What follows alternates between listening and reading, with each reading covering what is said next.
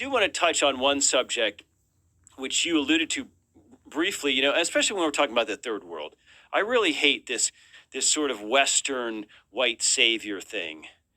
It's incredibly arrogant, but this idea of storage of surplus. If you want to have reliable 24/7 energy, solar and wind, for example, have a real hard time with storage. With having a surplus and excess at your fingertips, coal and oil have more or less solved that. Exactly, that's really the whole point. I think, and in my forthcoming book, Principles of Economics, I try and emphasize this point that energy is infinite. It's abundant. The amount of energy that hits the surface of the earth on any given day is more than all of the energy that we as humans consume for many years. The amount of energy that is in the rivers, that is in the wind, that is in the infinite amount of fuels that we find underground. And people think that fossil fuels are running out. It's completely nonsense. We always have more than 10, 20, 30 years of consumption in reserve. And the more we dig, the more we find. The earth is so enormous. Most people just have no idea how big it is. The limit on how much oil exists is not how much there is. The limit on how much oil we can have for our consumption is not anywhere close to being the actual quantity that is in the crust of the earth. The limit is how much time we can dedicate toward digging it. That's really, it's an economic limit. It's not an absolute limit. And nuclear energy, of course. So the energy itself is not scarce. It's not an economic good. Energy in itself is not an economic good. The real economic good is power, which is energy over a particular period of time. So energy is measured in joules, power is measured in watts, which is joules per second. And that's the amount of energy that you need directed at a particular job per unit of time. That's the tricky part. How do you get the energy that you need right now to move you from point A to point B? How do you have it on demand so that you flick a switch in your car and your car takes you from A to B? That's the tricky part. That's the economic good. That's what's really scarce. That's what's hard to have. So this is the value of hydrocarbons. This is why they're so enormously valuable. They are nature's plentiful batteries. They've accumulated energy over billions of years, and they're abundant everywhere we dig. We just need to dig and take them out. And then you've got that explosive amount of energy that you need to move your car from A to B in one tiny little package. You need a gallon of gas for that trip. You put that gallon of gas in a car, and it's there, available for you on demand whenever you want it. It does. I mean, the idea that we could move our energy consumption away from nature, that it's not relying on the wind to blow so that our windmill could run, so that we could grind our wheat, that we don't have to wait for the sun to come out in order for us to get the sunlight. We just use the energy whenever we want it. So you get cold at night, you turn on the heat, you don't have to wait for the sun to come out. This is modernity. This is modern technology. This is what fossil fuels have allowed us to do. And people massively discount that. It's the fact that they dismiss this is the ultimate compliment that they pay to fossil fuels, because they just don't realize what their lives would be like without fossil fuels. And my challenge always is to any of these people who are hysterical about fossil fuels destroying the world is try and live for a week without fossil fuels, without any products made out of fossil fuels. So not just the consumption of the fuel itself, but also the things that are made out of fossil fuels. So, and that includes solar panels as well. And that includes wind turbines. We can't make solar panels out of solar energy.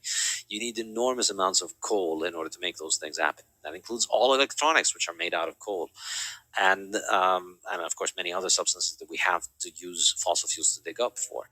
So, modern life really is about having this abundance of energy available on demand. And if you've ever lived in a place that doesn't have 24-hour electricity, and I've lived in Lebanon, I think it's astonishing to see just how expensive it is and how destructive of your productivity it is when you just can't count on the energy being there. I think most listeners probably have lived almost their lives in places where You walk into a room, you just flick a switch and the light goes on and you never have to think about it. But it's an entirely different existence if every time you flick the switch, it's a crapshoot whether the light is going to go on or not. And it's just, it unsettles everything in your life. It makes everything in your life uh, unplannable, unpredictable.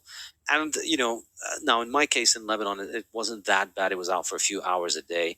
But if it goes out for more hours a day, then you start thinking about the real cost of it, is how it just completely destroys the viability of all kinds of industries. How it, I think the most powerful example is it makes preterm babies unable to survive. So many preterm babies die all over the world because their hospitals don't have 24-hour electricity. Electricity goes out, the incubator goes out, baby dies. This is just something that's very common. This is a huge contributor to infant So mortality. why don't we just have big huge gas generators in third world hospitals?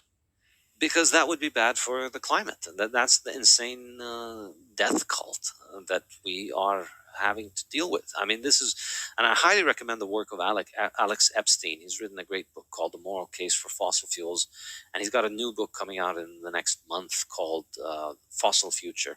He's an extremely eloquent person who describes this. He says it's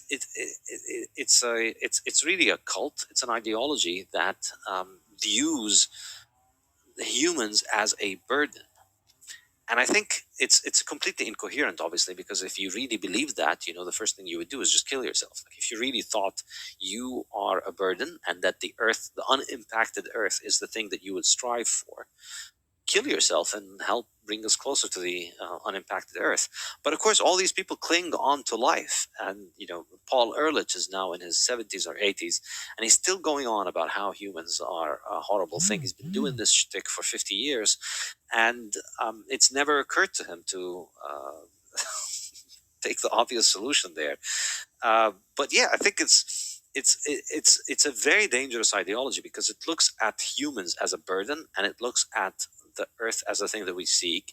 And therefore, once you start thinking of it this way, though these people don't necessarily think that they're actually denying children, that they're denying premature babies from the opportunity of living. They just think it's they think in completely unreasonable ways, like crazy cults can afford to think, because this is how um, fiat allows their existence to be. It's just they think we can just wish for this beautiful Garden of Eden vision of Earth without any of those energy resources, and magically, everybody will survive.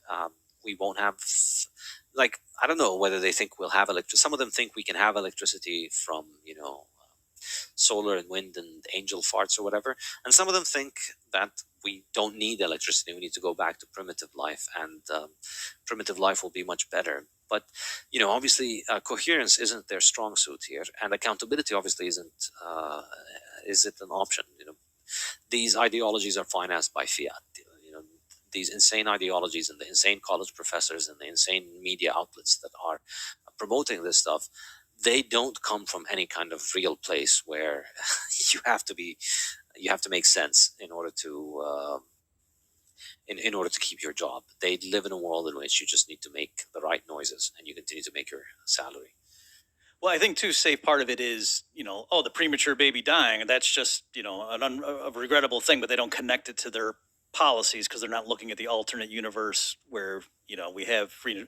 Yeah. It reminds me when I graduated undergrad and before I went off to grad school, I was pretty broke, and I was living in a poor neighborhood in Chicago, and it was the summer, and we did have what they called brownouts or rolling blackouts, where coincidentally it was just the poorer sections of town that would have the power go out for a few hours. It was the affluent ones, for some reason, that's never where the grid.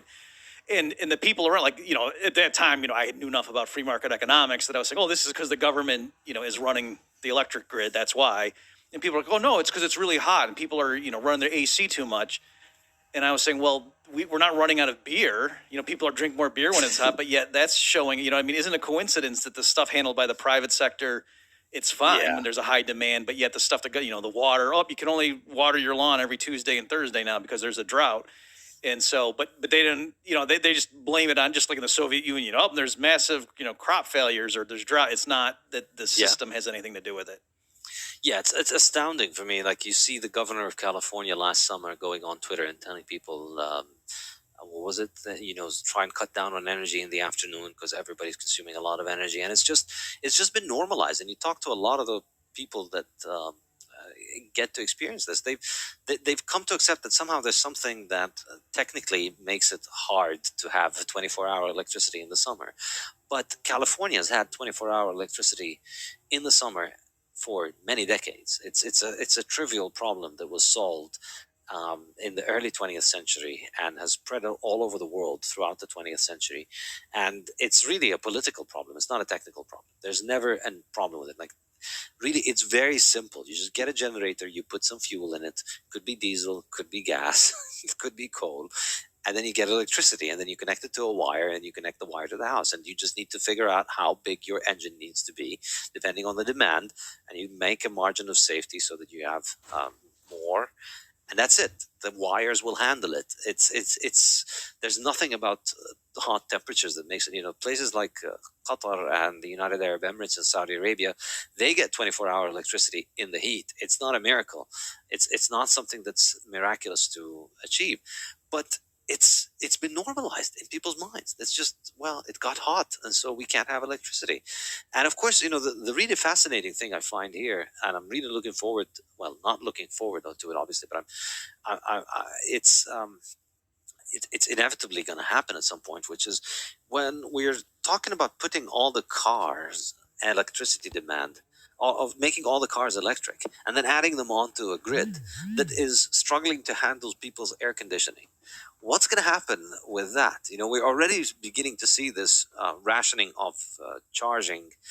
Charging stations for cars are beginning to be turned off in certain times because of energy rationing. So now your car is unusable for certain amounts of time because of this. And it's just more and more of this, less energy, more expensive energy, basically more poverty, more energy poverty reflected in overall poverty, because energy is in everything. Energy is the essential ingredient that goes into the production of every single good.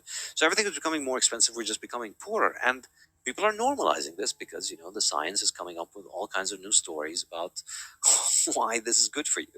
It's actually good for you that you just stay home and not move. Well, who needs to move anyway? Can you imagine the population growth in the United States, for example, in the desert Southwest and the hot, humid Southeast and South Florida without abundant, cheap, 24/7 air conditioning? It would be a No, different world.